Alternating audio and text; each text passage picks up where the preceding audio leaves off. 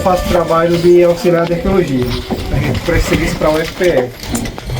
Só que a UFPE é uma universidade que ela tem uma linha de pesquisa desde a década de 60, quando se iniciou com Zé Azevedo Dantas, que foi um carnal bem curioso, e começou a catalogar e desenhar essas pinturas rupestres num caderninho. Então esse caderno se tornou um diário dele, pessoal, que ele descrevia o painel rupestre, fazia o desenho de contexto da serra, fazia o desenho do abrigo e colocava abrigo de pedra na terra de fulano e tal. Nisso ele deu uma parada, foi trabalhar na parede do Gargalheiras, em Acari, e encontrou com um pesquisador chamado Carlos Schovenhager, que ele fazia o registro das gravuras rupestres, diferente da pintura cavada na rocha, em baixo relevo. E esse registro, Carlos dizia que era indício dos fenícios. Aí Zé de Azevedo rebateu ele dizendo que não, que se tratava de indício de uma civilização antiquíssima. Zé de Azevedo era um cara que nasceu aqui no Rio Carnaval, embaixo. Até tem a planta da casa dele ainda, o piso da casa. E ele aprendeu a ler com o irmão dele, Mamãe de Azevedo, que começou a escrever na areia do rio, fazendo as letras, ele foi decorando até começar a formar as palavras. Só que ele era um cara tão autodidata que ele criou um jornal chamado Globo, no município. Aí falava de política, caso, policial e fofoca. Como é seu nome? Arthur. Qual é a época? Arthur. Qual é? Seu nome? Rosângela. Arthur está devendo 50 conto de reais a Rosângela. Porque não pagou. Ia para o diário de Zé de Azevedo. Eu não sabia. Então é a forma de pagamento. Ou paga ou fica sujo. Caso política, fofoca, tudo. Você perguntou? Era que época, que tempo? O ano, eu não tenho um ano de decorado. Exatamente. Porque eu tenho um ano que se iniciou as pesquisas, foi na década de 60 para 70. Aí ele rodou o Carnaval dos Jantos, aí ele recebeu os honorários do serviço na parede do Gargalheiras, comprou uma jumentinha e começou a rodar o município. Aí rodou Carnaúba, Parelhas, Jardim de Siridó, Acari, Coarnal, Serra Coronel, Lagoa Nova, Frei Martim na parede e Picuí, em cima de um burro. E copiava os desenhos, as pinturas e descrevia onde era o que se retratava aqueles desenhos. Aí morreu de tuberculose. O irmão dele pegou esse caderno e mandou para João Pessoa, que era hoje é o IFAM. Antigamente o IFAM era um órgão de arrecadação de documentação antiga. Gabriela Martins tinha acabado de chegar da Europa para o Pernambuco, veio para João Pessoa e começou a pesquisar algo relatando sobre questão de pesquisa que era para se trabalhar na UFPE. Só que nunca passava pela cabeça dela achar coisas sobre arqueologia, que só tinha arqueologia no Piauí, onde ele estava começando as pesquisas. Ela achou o caderninho e disse: oxê, peraí, não tem como ter pintura rupestre no Seridó, que justamente lá só tem na Serra da Capivara. Que é onde a arqueologia acreditava que os grupos pré-históricos ficaram só lá. Aí ela fez um cópia e mandou para a Niedna e disse: não, vai olhar que é a tradição nordeste que eu estou trabalhando aqui. Aí ela isso fez, botou pegou uma Kombi, encheu de arqueólogo e veio para cá. Gabriela Martins. Quando chegou aqui em Carnaúba, aí perguntou onde era que tinha pintura rupestre, ninguém sabia nem o que era isso. Sítio arqueológico, ninguém sabia o que era. Então, peraí, aí lembrou que na Kombi, tinha uma Kombi que ela mandou para a Niedna. Aí mandou um arqueólogo pegar e chegou e mostrou, é isso aqui, ó. Aí lembra que ele escrevia embaixo no local, aí ela flechou no sítio, Chique, e o primeiro sítio que ele escavou foi o Mirador de Parelhas, que foi, acho que o enterramento de uma criança, com datação de 9.000 anos. E esse enterramento, o dono da terra viu, a arqueologia estava chegando no Brasil ainda, estava se engatinhando, ele não tinha preocupação de dar uma educação patrimonial e dizer o que se ia fazer na terra, chegava e escavava. Aí o dono da terra viu tudo tirando ouro na minha terra. Quando eles acharam o corpo da criança, levaram para o Pernambuco, deixaram a escavação delimitada com lona preta, e quando eles saíram, o dono da terra foi lá com a picareta e destruiu tudo, cavando, achando que era ouro. Aí ela ficou muito triste, voltou para Pernambuco, abandonou a escavação no Mirador e ficou um período sem escavar. Aí, revendo o livro de Zé de Azevedo, ele descrevia um sítio chamado Pedra de Alexandre. Aí ela veio para o Seridó novamente. Aí chegou lá, tinha a marcação, começaram a escavar. A primeira escavação foi encontrado 28 esqueletos, só no Alexandre. E desse Alexandre, levaram material, aí sim começaram a educação patrimonial na cidade, dizendo que estavam tirando enterramento humano, que era material arqueológico, não tinha fins lucrativos para ninguém mexer.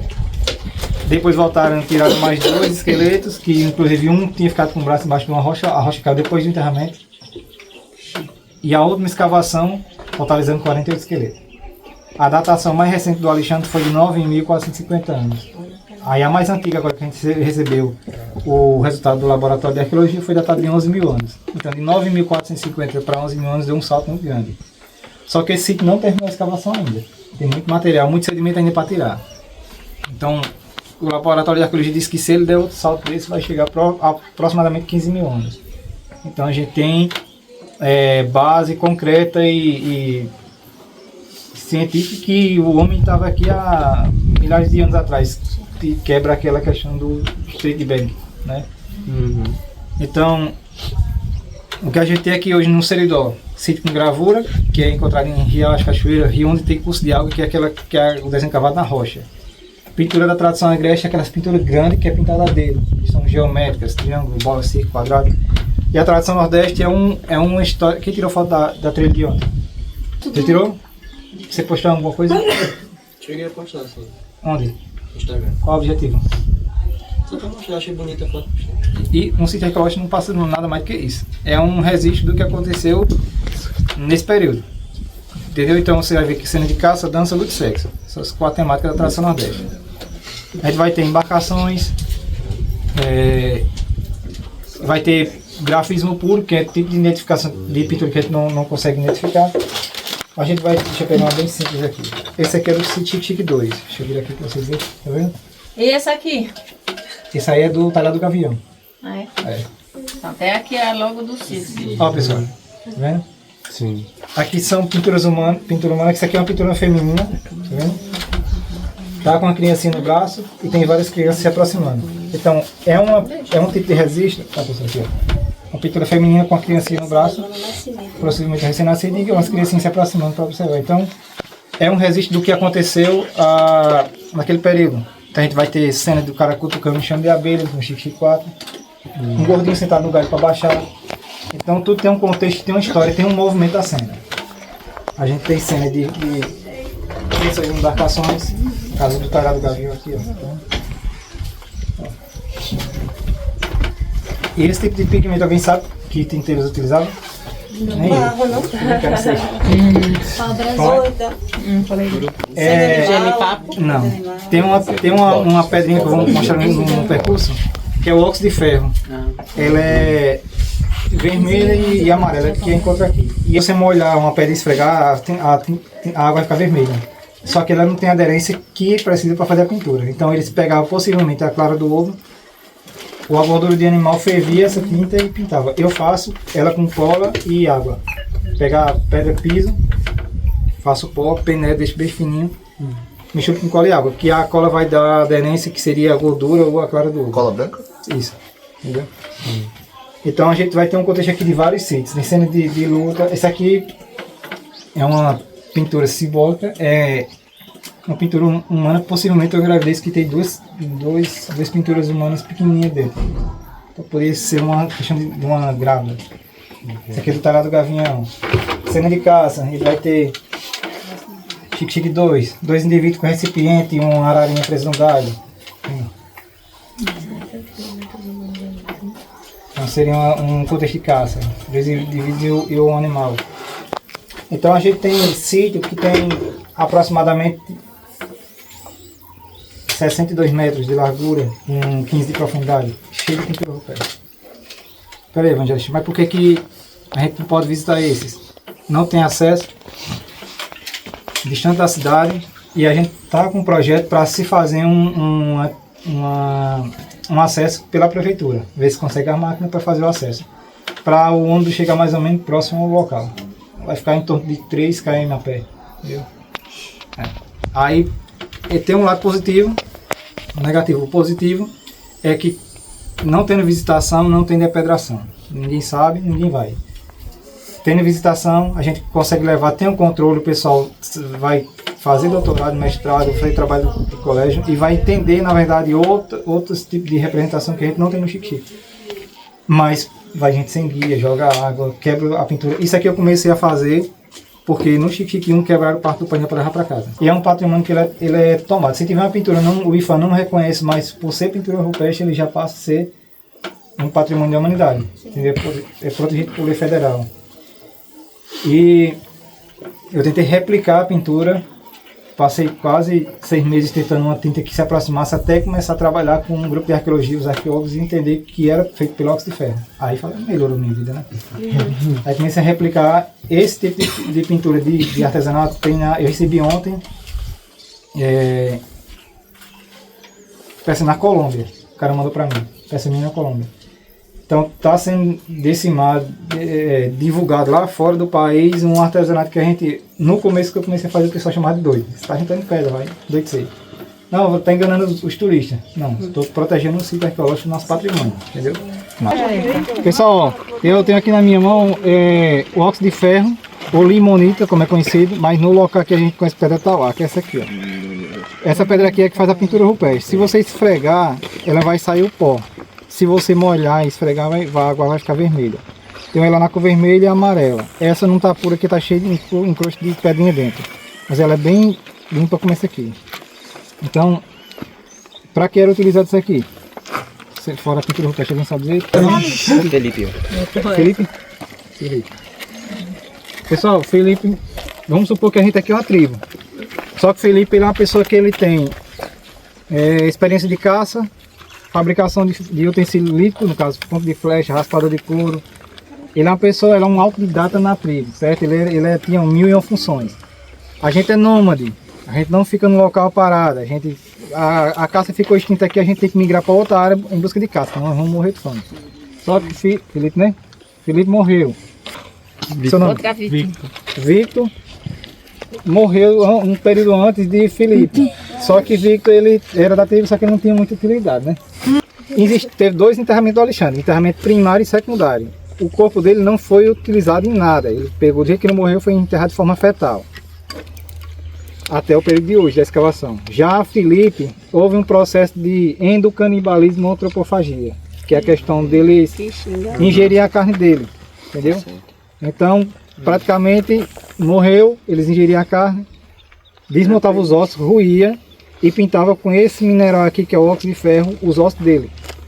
Aí, para finalizar o ato fúnebre, eles pegavam o feixe de osso, pintado, envolvia com palha e cipó, amarrava e enterrava o feixe de osso. Então foi encontrado um esqueleto inteiro e um esqueleto desmontado. Então esse material esses ossos que foi encontrado no enterramento dele, foi tirado com uma questão bem minuciosa, porque como estava solto e era envolvido em palha e cipó, a palha já em si já é bem frágil. E uma palha de 9.000 a 11.000 anos, então isso dificulta mais ainda o transporte para Pernambuco.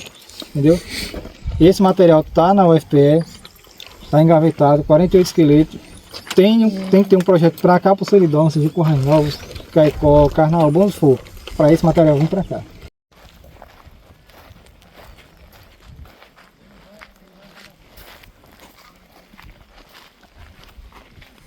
Pessoal, ó, aqui ó, o abrigo é aquele lá em cima, aquele paredão lá em cima, tem uma gruta.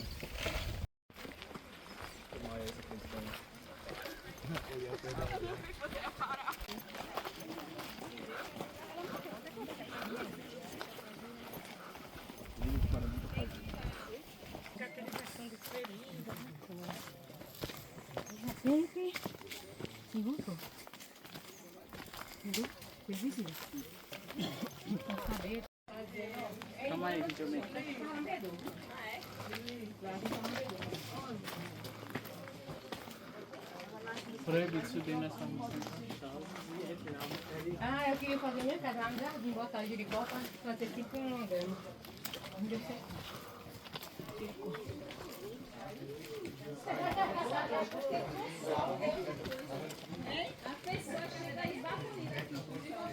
Se só fosse pro sol,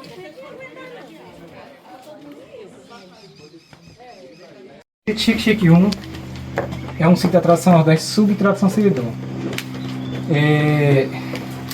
Vamos lá. São 10 sítios aqui, que é um complexo arqueológico. Tradição nordeste tem na Serra da Capivara, beleza? Só que o que diferencia a tradição nordeste daqui com a da Serra da Capivara é que a cabeça dos bonequinhos são em forma de caixinha de caju, as cabecinhas abertas. Se tiver alguma pintura com a cabecinha redonda, geralmente eles estavam utilizando máscara. Observe todos com uma boquinha aberta, indicando movimentos de barulho, música, se comunicando, fazendo sons. E a tradição nordeste, ela se ramifica para cá, mas com outro estilo, outra temática. A tradição seridó é porque a tradição nordeste, ela tem no Piauí, Serra da Capivara, ali na Paraíba, todo canto tem tradição nordeste, só que aqui no seridó ela só tem aqui com essa forminha da boquinha aberta. Só vai se encontrar desse tipo de pintura na Colômbia, certo? Eu vou já explicar. Aí por aqui você só encontrar aqui, passa de ser uma tradição nordeste para ser uma subtradição do que tem lá na Serra da Capivara, entendeu? Então a gente vai ter aqui um contexto do que aconteceu entre 9 e 11 mil anos. Tem pintura humana aqui, com os braços levantados, aqui embaixo, aqui no canto. E na frente dele tem uma sequência de emas. Você vê que é uma quantidade de emas e uma fileirinha de veados. São dois tipos de animais que tinham abundância no período de caça. Também que seriam os animais que mais davam proporção de alimento a eles, tinham bastante carne. Então era os alvos deles caçar, era ema e veado. Então estão vindo para cá, nessa direção. E essa parte aqui já é o abatimento do animal. Você observar, o cara está com cocar, indicando superioridade, cocar de pai, lógico. O animal está sendo arremessado no chão, eles faziam a cena e tentavam descrever o movimento da cena. Então as patinhas estavam levantadas como se estivesse caindo. No canto aqui do lado dele tem outro cara segurando um porrete na mão. Embaixo dele, para dizer, não, eu quero descrever que o animal está sendo jogado no chão. Colocou uma setinha embaixo que a gente chama tridista. Então o movimento da cena é esse animal sendo jogado no chão. Duas pinturas se assemelham a cadeado. Esse cadeado na verdade são cestinhas de palha, onde está aqui embaixo do braço dele, e a chave do cadeado é esse porretinho que ele está pegando para bater no animal, entendeu? Uhum. Observe que tem dois indivíduos aqui vindo para cá e tem dois aqui vindo para cá. No canto aqui, quem estiver atrás depois puder vir para observar. Depois da explicação inverte vocês vão olhando, certo? Tem uma pintura que lembra muito a mandala, é um círculo, um grafismo geométrico no meio. Até 2012 ninguém sabia o que significava isso. Há um senhorzinho de Carnaúba chamado Seu Egílio. Ele, quando ele era vivo, tinha uma terra aqui próximo ao castelo, do outro lado da pista. E o agricultor tem um passarinho chamado fura-barreira. É um passarinho da cabeça, ele tem um bico bem grande e fura a parede dos açudes e as barragens de água para fazer um ninho nela, dentro da parede. E cria galeria dentro da parede, entendeu? Para que, quando chega o tempo de inverno, a tendência do nível da água subir e essa água entra na galeria desse ninho e estoura a parede. Então, para o agricultor não perder essa água, ele costuma tampar essa parede dessas barragens de água, dos barreiros. E o Seu Egílio estava fazendo isso. Quando ele estava pegando barro e sedimento para tampar esses buracos, ele achou o carvão na terra dele. Qual era dele? Deixa para lá. Não, ele pegou a bicicleta, desceu para a cidade, tinha um grupo de arqueólogos lá, disse que é um responsável desse pessoal que mexe com coisa de índio. Aí eu estava na portaria, estava tomando café para ir justamente escavar na funda do umbuzeiro. Eu disse, é Fábio Mafra. Aí ele disse, você pode chamar ele? Eu disse, posso. Aí contou a história, o arqueólogo disse, não, pode ser uma queima superficial. Eu disse, não, mas é uma mancha redonda. Ele disse, pode ser um tronco que queimou e foi queimando de acordo com a carvoeira, vai descendo, a brasa vai descendo e vai queimando, vai ficando o carvão queimado embaixo. Ele disse, não, é coisa de índio. Espera aí. O senhor está insistindo muito. Quantos anos o senhor teve? 72. Então você já viu muita coisa, já? Ele disse, já. Vamos lá que é coisa de índio. Insistiu de novo. O arqueólogo disse, você leva a gente lá? Ele disse, leva. Botei meu senhor dentro da Kombi com a bicicleta dele, vinha para o sítio dele lá. Quando chegou, era uma mancha de carvão feito em círculo com 1 metro, 1,20 m assim de largura. Só que para nós não passava de uma mancha. Aí ele disse, não, eu destruí quando sabia que eu estava tirando a areia, mas lá em cima tem mais, tem umas pedras em cima. Quando a gente chegou lá, várias estruturas de quartzo, que é a pedra que o rapaz mostrou, aquela branquinha, pegou no bolso da menina. Grande, e ela estava toda quebrada com para-brisa de carro, craquelada. Então, é estranho. O arqueólogo ligou para a doutora Gabriela no Pernambuco. Cada escavação gera em torno de 15 mil reais. Se está na escavação no sítio, não pode passar para outro. Tem que finalizar a escavação para depois fazer outro projeto para vir para esse outro local. Beleza. Aí fomos para a escavação lá na Baixa do Umbuzeiro e a Furna do Umbuzeiro. E justamente a gente achou essa estrutura que a gente não tinha visão de que aquilo ali era uma coisa antrópica. Fizemos uma sondagem cortando no meio e descemos 1,20 m e alguma coisa. Cortando no meio. uma soldagem a 1 metro quadrado, e a gente conseguiu ver todo o perfil da estrutura, é uma fogueira. Então isso aqui é uma fogueira, esse círculo aqui é uma fogueira. E se observar direitinho, tem várias pessoas dançando em volta dela, desse círculo aqui é um buraco no chão. A gente entendeu que isso aqui, na verdade, estão levando a carne da caça para uma fogueira. E então esses grupos cavavam um buraco no chão, fundo, colocava a lenha, fazia o fogo, jogava a carne da caça dentro, assava, comia a carne e jogava os ossos novamente dentro. Para não ficar reacendendo esse fogo a noite todinho que eles dormiam em volta, eles colocavam o quartzo branco, que é o cristal, e o quartzo, pela ação do aquecimento do fogo e resfriamento da noite, ele se quebra. Fica craquelado tipo para-brisa de carro, todo quebradinho. E para diferenciar uma quebra de ação do fogo para uma quebra natural, a ação do fogo ele fica cinza dentro fica a marca preta dentro da fissura da rocha. Você vê todo quebradinho, preto desenhado em volta, no rachão. Então a gente deu a entender que isso aqui na verdade seria uma fogueira.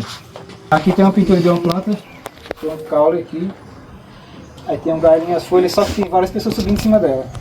É a boquinha aberta e um tá com a cabecinha para baixo, então o cara representou a queda do indivíduo de cima do pau. Então eles praticavam muito a questão de tentar deixar o mais próximo possível do que aconteceu para conseguir repassar. Pintava para os outros que vinham? Não. Que os grupos que vinham atrás eram rivais por questão de área de caça. Aqui a gente tem uma pintura de uma embarcação. Cientificamente chamada de piroga. Pessoal, essa embarcação, num canto seco desse, né? Vamos lá, falando de 9.000 a 11.000 anos. Então a vegetação daqui era diferente. Para fazer uma embarcação dessa tem que ter uma árvore centenária imensa, você conseguir cavar. Tem embarcação dessa com 6 indivíduos pintados dentro, então era um tronco imenso. Diferente da canoa, a piroga ela é meia lua e a canoa ela é reta. Então vamos lá, se tinha embarcação, tinha água, né? Sim. Se tinha água, a vegetação era totalmente diferente do que a gente tem hoje. A fauna é diferente, a flora é diferente. E existe cesto de pedra rolada aqui no pé da serra aqui grande assim, grande que você não consegue levantar com a mão no pé da serra. Então esse cesto rolado é decorrente da ação do rio. Então essa área todinha aqui vem de Picuí da Paraíba. Observe que tem serra de fora a fora aqui fechando e aqui por trás também tem serra. Então aqui é um vale. Então essa área todinha aqui descia a água e esse cesto de pedra vem rolando até ficar redonda e ficar depositado no pé da serra. O rio hoje passa um bracinho de rio lá na frente, nessa área mais verde, lá da frente ali, ó. Tem aquelas caibeiras bem altas e copadas. E é o rio Carnaúba. Nesse período não, o rio vinha aproximadamente até a metade da serra aqui, ó. Eles conseguiram passar daqui para outra serra lá, tinha que ser de canoa, entendeu? E os animais facilitavam para a caça, porque os animais percorriam da metade da serra a parte de cima aqui do abrigo, entendeu? Facilitava eles caçar. Vamos lá. Aqui a gente tem duas pinturas de 2 emas aqui, ó, tá vendo? Ó, por que essa é meio diferente dessas daqui? Ah, tem a esquerdinha. É pra oferenda? Oferenda? Não. Alguém já foi na zona rural? Já. Mexeu com galinha? Choca? Já. Você pega na galinha, choca, ela fica toda arrepiada, né? Tem uma cena de coleta de ovos. Na frente dela, tem várias pessoas com os ovos embaixo do braço, tá vendo? Uma galinha gigante. É uma cena de coleta de ovos. Tem um cara pintado aqui embaixo, não é embaixo, aqui não tem como fazer 3D, né? Esse cara tá pintado do lado dela, cutucando ela com um pau. Sim. E ele tá vestido de acordo com a caça. Ele tá com um bico, o cocazinho, só que a cabeça dele aqui embaixo e tá com umas asinhas aqui segurando um pau e cutucando ela. Ela tá arrepiada. Atrás dela tem uma simbologia, um desenho de uma novinha. Aqui tem uma pintura de um cara correndo atrás de um animal com uma lança, só que o cara não concluiu, não fez a cabeça da ema. Então vê a lenda da ema sem cabeça. Não sei, alguma coisa tirou o foco dele, né? Foi, ou ele saiu pra... Ou chegou outro tribo, mas ele não voltou. Ele não voltou pra terminar. Bateu a fome. Aqui a gente tem uma cena de luta. Se observar, tem um cara com cocar, novamente a questão da superioridade. Tá com o pauzinho pra bater nessa pintura aqui que remete a uma pintura feminina. Por que você está dizendo que é feminina, evangelista? Você está usando um saio, não pode usar uma saia? Não, pode. Mas quando se representa a pintura feminina na arqueologia, no sítio arqueológico, ou ela vai estar com essa vestimentazinha assim, que é tipo uma roupa de couro, ou ela vai estar com um saiotezinho de palha, que é uns palitos assim rodeando ela, entendeu? Chique 2, tem uma cena de dança em volta de uma planta, que é um homem e a mulher, sempre o homem na frente com o corpo nu e a mulher com o vestidinho atrás. São coisas cerimoniais. Não quer dizer que ela vestia a roupa ou ele vestia a roupa para ficar vestido, não. Eles andavam nus. Mas ato religioso, fúnebre, preparação para o nascimento da criança, parte sexual, eles se vestiam, se pintavam e vestia, a mulher vestia essa saia de paz, entendeu? Então aqui, a cena de família lá na frente vai se repetir essa questão da saia na pintura feminina. A gente vai ter aqui grafismo puro, uma pintura que não tem identificação, pintura humana. Essa pintura aqui remete a uma embarcação, uma pessoa com a mão aberta segurando um objeto. E esse gordinho ou essa gordinha aqui não está com a barriga pintada. Então pode ser que seja uma gravidez. Entendeu? O cara está com o meu pintou. Essas assim é que elas apagaram. Apagaram. Mas aqui são pessoas com os bracinhos abertos assim e vários galões embaixo do braço deles. Aí a gente entende que supõe que seriam eles vindo de lá para cá com água da parte de baixo. A gente relata de dança no período da pré-história, de preparação para o nascimento da criança. Falando do Messias, tem uma mulher grávida com buchada dançando com rainha na mão. Preparação para o ato sexual, para a caça, o cara segurando várias arminhas e os caras dançando atrás. Como, vou dar um exemplo aqui, a gente tem dois tipos de dança aqui. Tem essa primeira fileirinha dançando aqui, e lá atrás vem os caras dançando com as arminhas debaixo do braço. Um recipiente no braço e a arminha na outra. Então, pessoal, a questão da sexualidade na pré-história, que eu vou falar ali também, a dança geralmente tem um indivíduo ou vários indivíduos segurando o pênis e uma mulher na frente com a perna aberta. Quando se fala em ato sexual, geralmente tem a questão da dança, do ato sexual, e a questão do estupro, que tem Chique 2. Que o cara segurando a perna da mulher, o outro segura e um cara... Vixe, mas tem um ADN no 2 também, tem uma cena da mulher com a perna, ela própria abrindo a perna e o cara com o pênis introduzindo. Ó, lembra que a cabeça do bonequinho em forma de caixinha de caju? Que é a cabecinha dele, aqui um braço, o outro braço segurando o pênis, o corpinho e as perninhas. Meu Deus, o cara tava assim. Tá assim, ó. Na questão da sexualidade da pré-história, todo sítio que remete à pintura do falo, do pênis do homem, geralmente é pintado da extratura da cabeça passando. Aí o cara faz, por que que ia acontecer isso? Era um ornamento? Não. Era um cara, pintou por questão de exagero. No meu ponto de vista, não. Você mora onde? Eu? Sim. Itaipu, e você? Cibaúna. É longe? É bastante. Vamos supor que vocês não se conhecem. Eu vou entregar uma folha a você em branco e uma folha a ele. Eu quero que você faça uma pintura. Não mostra amanhã, não, viu? Olha, eu quero que você faça uma pintura de masturbação masculina, um desenho, e ele vai fazer outra. Vai sair igual? Não. Por quê? Porque cada pessoa tem Uma ideia da masturbação. A pessoa é diferente, mas é diferente da forma, sei lá. Perfeito. Agora, por que é que o Chique 1 tá pintado igual, o pênis grandão, exagerado igual, no caso da Santa que tá 12 km daqui? E se eles eram rivais? Eles brigavam por área de caça. Para mim falar sobre essa questão da sexualidade da pré-história, eu tive que conversar com muitos arqueólogos. Eu disse, não tem como pintar, um dos seriedade tem um pênis pequeno, que você sabe. Né? Não pode julgar e dizer que a gente somos raciados, tem várias pessoas que tem. Minha mãe, ela é uma caboquinha e meu pai é um de olho verde, entendeu? Então, Mas nasceu um caboquinho de olho. foi. Então, a gente, vamos voltar um pouquinho de tempo. Toda pessoa que existe um negócio chamado que minha avó foi pegar dentro de cachorro casca de cavalo, chama cabocla brava. Toda pessoa que se remete tem foto desses caboclos bravos, todos eram negros, entendeu? Mas aí você explica como você falou, minha avó foi pegada. Essa pegada foi tipo como? Ela foi retirada da família? Ou Não, tipo, foi... vamos supor. Existem os índios, os caboclos bravos chamavam, que eles ficavam nas serras, eles não tinham contato com a civilização. Como os donos de fazenda não tinham condição de comprar um escravo da África que vinha na vila, eles capturavam os índios para trabalhar de escravo para eles, entendeu? Então, como é que ela pega esses índios? Eles caíam de cavalo e com cachorro, entendeu? Aí corria atrás que nem cortar de um bicho.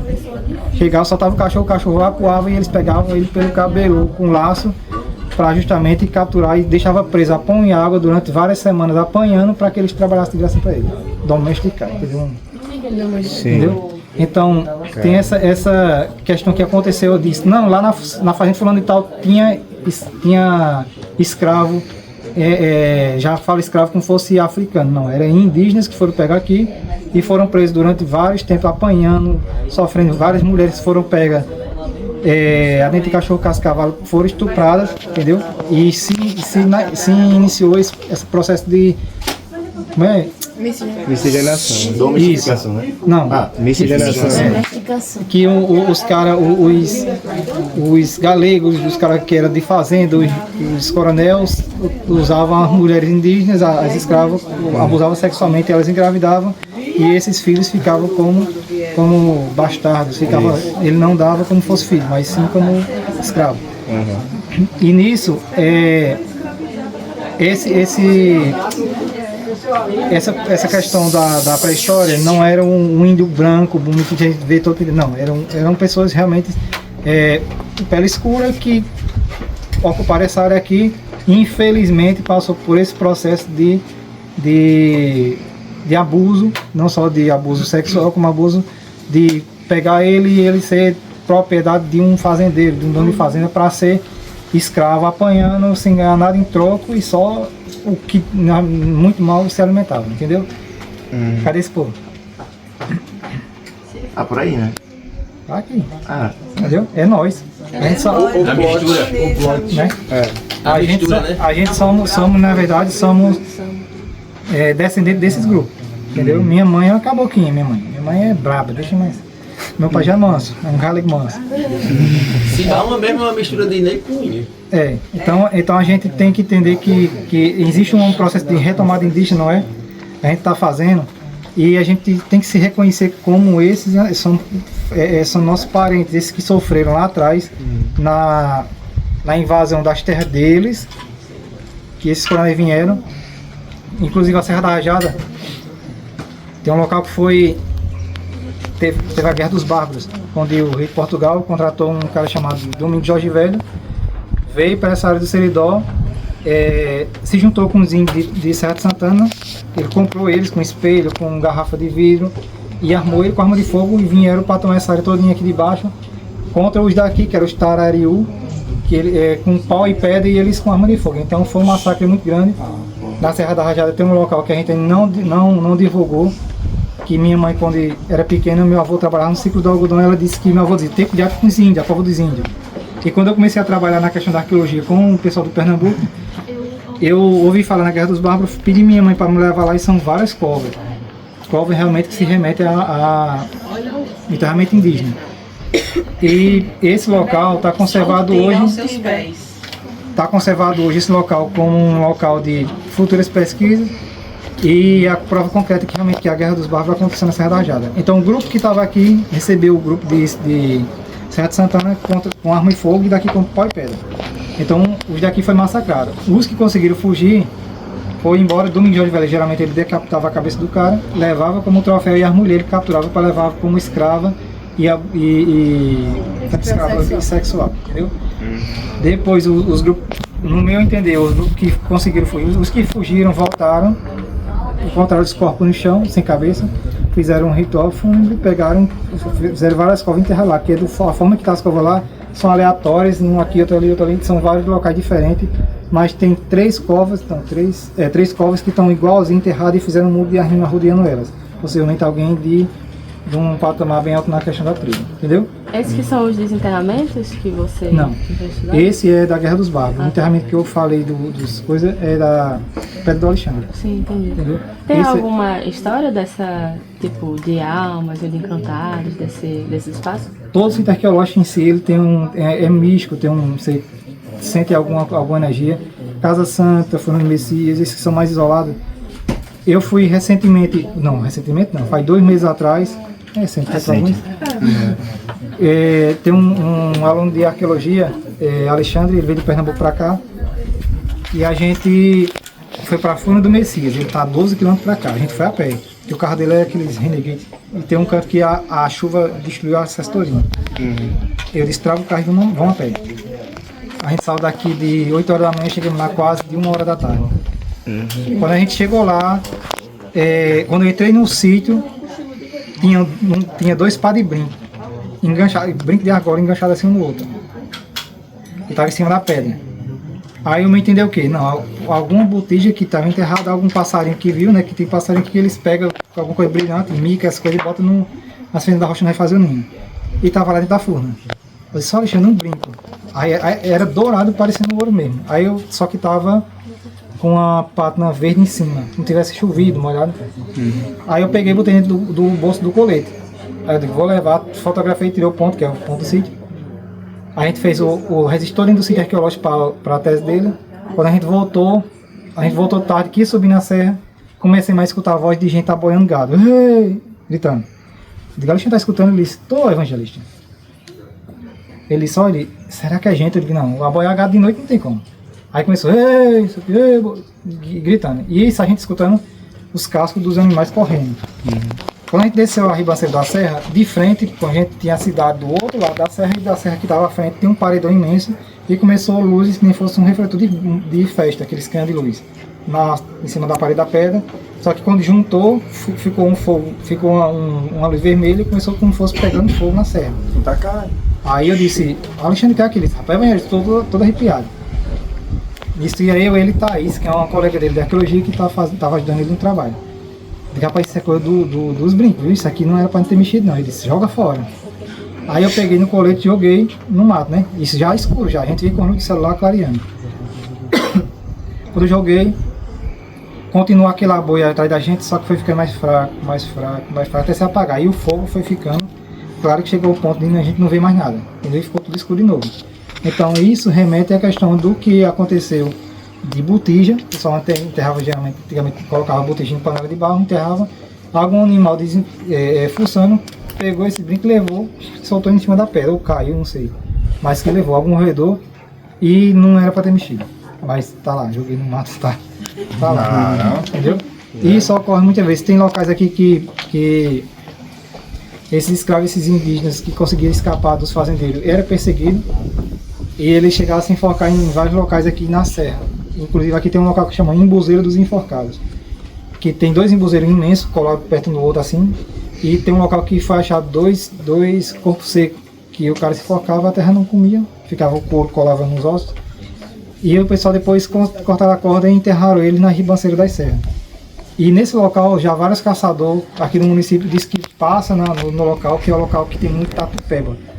E eles escutam gargalhada de pessoas rindo, e um dos caçadores, que era seu Cassiano, contou no posto de gasolina, quando eu trabalhava com o pai, que a última caçadeira que foi aqui na Serra Fechada, ele veio com os cachorros, solta o cachorro vai caçar, e ele fica esperando o cachorro acuar um animal. Quando o cachorro fica latindo muito, é porque ele está com o animal preso numa fenda de pedra ou algum canto. Ele se deitou, tirou um cochilo e começou aquela gargalhada. Aí ele ficou caçando e era próximo onde ele estava. Ele olhou pra cima, tava um cara pendurado na corda, morrendo de rir. Aí ele correu, deixou a espingarda e foi-se embora. É loucura, E ele voltou com o pra pegar a arma. Papo de mudança de casa, né? E tem, aqui por trás dessa serra aqui tem a Serra das Flechas, do outro lado da Serra das Flechas tem um canto chamado Serra do Corpo Seco, que é onde o pessoal enterrava os parentes aqui na cidade. Depois de um tempo eles enterravam para enterrar outro corpo no mesmo canto, porque nesse tempo era cova rasa. E quando a terra não comia a carne, que ficava o corpo seco, a gente tinha muito pecado. Então o que acontecia? O pessoal pegava esse corpo, levava para cima da serra e jogava de cima da ribanceira. E a serra ela tem uma fenda imensa assim, de cima até embaixo, que tem um corte assim na serra. Aí começaram a chamar Serra do Corpo Seco. E lá o pessoal geralmente costuma escutar, ver muito, chama visagem. Teve a aparição de pessoas, cachorro sem cabeça, animal, e isso já sem vários relatos. Entendeu? Se alguém quiser ir lá, pode ficar à vontade que eu não vou não. Evangelista, você pode explicar a diferença entre corpo seco e corpo santo? Eu não sei. O corpo seco, eu sei que o corpo seco é aquela matéria que a terra não come. Que ele chega a ficar, no caso, o couro, ele cola no corpo, fica seco, tipo mumificado, entendeu?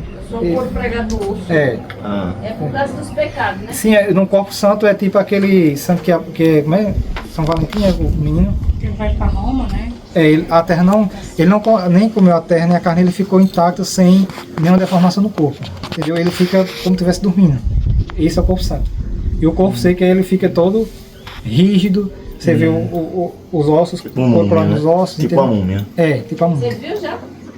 Já o corpo seco? Não, graças a Deus não. Nem quero. Ficou alguma dúvida? Se você tivesse continuado com os brincos, o que aconteceria com vocês? Aí geralmente você fica sonhando. Eu não teria como contar a história. Você fica sonhando com pessoas pedindo para entregar aquilo. Sim, atormentado. Você já ouviu alguma tem- história disso? Tem já. Pessoas que pegou botija sem tipo, acho que é uma botija de o dinheiro a você. Parte do dinheiro de você. Não é seu, é meu. Entendeu? Você fica sendo perturbado no sono e durante o dia, se você sair à noite, você fica vendo a aparição. Entendeu? Até devolver o Até você morrer. Isso na Rosa do Cinema. Quem assistiu aquele filme? Quem assistiu aquele filme Desafio ao Diabo? Lembra do patacão que ele pegou do velho lá? Preto velho? O caminho fez o quê? Seguiu ele até o cara. Ele matou a esposa dele. Entendeu? É esse mesmo processo. E essa botija?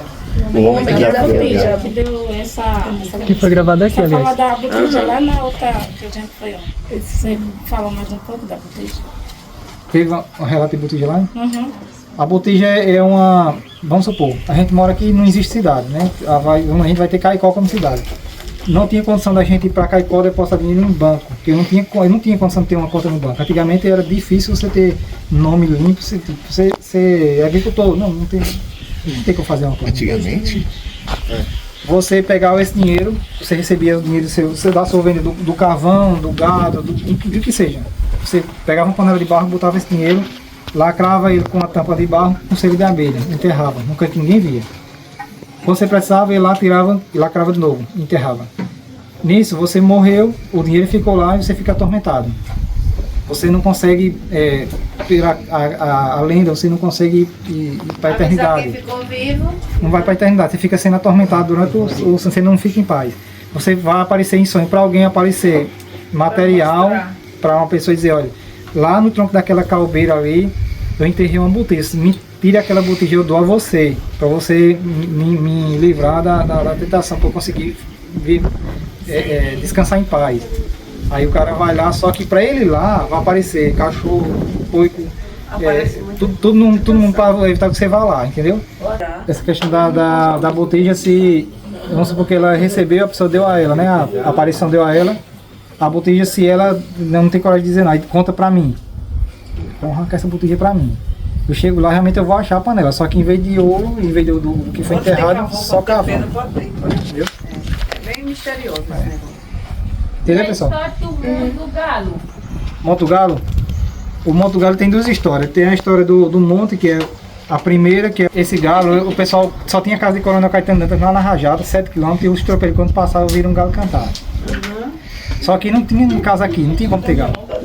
Nisso, o Carnaúba se desvinculou de Acari, para ser emancipou como um município. E vinha um médico uma vez por mês, que era o Dr. Flávio Marocha de João Pessoa, para Carnaúba, para atender. E chegou na casa do neto de Caetano Dantas, e um dos tropeiros já era bem assim, bem velhinho, contou a história dele. E o neto de Caetano disse, não dê corda não, isso é lorota, é lenda. Aí disse, não, vou subir lá em cima para ver. Juntou os pacientes, alguns pacientes que foi atendido por ele. No dia 25 de dezembro subiram o monte, no caso da Serrote Grande. Os caras na frente com foice e machado, abrindo o caminho, a mulher atrás com a marmita. Chegaram lá em cima, não viram nada. Pegaram a panelinha as panelinhas, sentaram lá, fizeram um piquenique e comeram. Só que para sair de lá, como tinha um marco, como tinha aquela história do galo, o Dr. Flávio Marocha pediu para que o pessoal que estava com ele fizesse uma cruz, e eles cortaram um pau e botaram uma cruz lá representando como foi no dia 25 de dezembro, o cantar do galo, que era o nascimento de Jesus Cristo. Só que o cantar do galo, segundo a Bíblia, foi quando Pedro negou Cristo, né? Mas para eles não, foi no dia de Natal. Aí fizeram o marco. Depois de muitos anos, se iniciou um ciclo da borracha. E um cara chamado Pedro Alberto Dantas foi para os seringais, trabalhando no ciclo da borracha, e adquiriu uma doença chamada beriberi, que é a bexiga brava. E era tipo Covid, não tinha vacina, não tinha medicamento nem nada. Quem pegava, isolava no quarto dentro do mato com palha e ficava lá. Geralmente quando morria ficava com sequela. Aí ele sonhou com uma mulher de azul e rosa. E essa mulher dizia a ele que ele não ia morrer dessa doença e ia voltar para casa sem sequela nenhuma, para a terra natal dele. Ele disse, como é o seu nome? Ela disse, é Vitória. Ele disse, Vitória o que? Ela desapareceu do sonho. Ele fez uma promessa, quando acordou, que se ele melhorasse no caso com sequela, ele trazia essa imagem dessa Santa Vitória para cá. Aí passou passou umas 2 semanas, ele teve uma recuperação bem rápida e milagrosa. Não ficou com sequela, saiu do serviço e começou a andar atrás dessa imagem, não existia, Santa Vitória. Aí ele foi para Recife, a última casa de santo tinha lá, o cara disse, olha, eu não tenho, mas estou esperando um carregamento de santo, vai chegar agora de tarde no Porto Recife. Se quiser ir comigo, ele disse, eu vou esperar. Nisso ele ficou lá na casa do dono da loja. Quando foi de Itazinha, ele foi lá, chegou lá, desceu o navio, nesse tempo vinha uns caixotes de madeira, desceu, aí ele pediu para abrir, o cara disse, não, eu só posso abrir com autorização do dono. Ele disse, não, eu sou o dono, pode abrir. Botaram o pé de cabra, levantaram a tampa, quando ele botou a mão dentro, puxou a primeira imagem, era ela. Só que o interessante é que nesse período, as imagens sacras vinham envolvidas com papel madeira, e essa veio com pano. Aí o cara disse, pronto, essa santa aí, justamente essa imagem aí veio porque, pela quantidade de imagem que o cara comprou, essa veio de brinde. Aí o dono da loja disse, não, pode levar então, é presente. Ele disse, não, eu vou pagar aqui a promessa para pagar. Pagou a imagem, mandou uma carta para Carnaúba, para o irmão dele, Mamãe da Azevedo, Mamãe da Azevedo, irmão Zé da Azevedo. Mandou uma carta para o irmão dele, ele esperou ele num grupo que tinha, deixa eu ver aqui, não dá pra ver não, bem aqui em cima, aqui, depois daquela casinha com a coberturazinha azul, tem um grupo. O pessoal veio da cidade, ficou esperando ele lá, levaram um jumentinho e quando ele chegou, que se encontraram, colocaram a imagem Nossa Senhora em cima da cangalha do burro e desceu em procissão para o centro da cidade. Só que São José já era padroeiro do município, aí não podia ser padroeiro do município. Nisso, quando ele contou, estourou no servidor todinho que houve esse milagre, que era tipo, vamos supor que ela pegou Covid, não tem vacina, não tem nada. E a Covid matou gente, não foi? Só que ela teve esse sonho e ela se curou. Então, a fé do nordestino era tão grande que quando se espalhou a conversa que ele tinha melhorado do Beriberi, todo mundo começou a fazer promessa para a Nossa Senhora da Vitória. Entendeu? É tipo, ela fez uma promessa para a Nossa Senhora da Vitória no Covid e todo mundo ficou sabendo, então vamos fazer. E nisso, quando desceu para a rua, a Diocese de Caicó, o bispo pediu a imagem para colocar na igreja. Ele disse que não, que ia ficar na casa dele, no oratório, até ele morrer, ele ia doar para a filha dele para que fosse depois doado para a igreja. Quando ele faleceu, a filha dele, Tula, doou, como ele fez o pedido, doou a imagem para a igreja matriz. E ela ficou vários anos na igreja matriz de São José. Aí decidiram colocar ela como padroeira de algum local. Só que não tinha. Nossa Senhora do Perpétuo Socorro era padroeira do monte, da parte de baixo do monte. São José era da igreja matriz e ela ia ser aonde? Aí lembraram que houve a história do galo, que era uma coisa mística, que não tinha... ela não tinha nada que comprovasse que tinha galo. Então é alguma coisa religiosa. E colocaram ela como padroeira de cima do monte do galo. Então era padroeira de cima daquele serrote grande. Aí colocaram, fizeram uma capelinha lá em cima, abriram um acesso, levaram em vários tijolos. Levaram os tijolos lá pra cima, fizeram uma capelinha e botaram ela dentro. Ela passou vários anos lá com cadeados entrancada. Era tanta gente que tem umas fotos antigas, o pessoal tudo de branco nos abismos assim, pra ver a imagem. Aí o que decidiram? A igreja decidiu fazer uma capela lá em cima. E comprou, a igreja comprou vários tijolos, nesse tempo tijolo era manual, colocava embaixo, aí nomeou um cara chamado São Antônio de Filinto, para ser o tesoureiro do monte. São Antônio de Filinto pegou, colocou uma placa, cada rombeiro leva um tijolo e tem uma graça alcançada. Aí colocava 2 milheiros de tijolo embaixo, quando era de tarde o tijolo estava tudo lá em cima. Você vê a quantidade de Aí nisso fez a igreja, o piso da igreja, fez o cruzeiro, depois foi fazendo a rampa. Isso os caras levando os tijolos não. Entendeu? Era tudo com os tijolos na cabeça subindo. Aí finalizou. Então a história da Santa e do Monte se remete a quase aquela imagem, né? A imagem foi feita faz 3 anos. A imagem original está dentro do museu. Não, estou dizendo aquela estátua. Uma estátua ali. A grande? Aquela grandona? Sim, é aquela qual? Nossa Senhora da Vitória, é ela. Só que aquela imagem grandona é de fibra. Ela está dentro de um cofre dentro da igreja. Porque já tentaram roubar. Tentaram roubar e guardaram ela no cofre. Que é a imagem do milagre, né? Meu Deus, já tentaram roubar. Já. Tá, pessoal, ficou alguma dúvida aqui? Não. Só um comentário. Que aula, viu? Parabéns. Valeu. Tchau.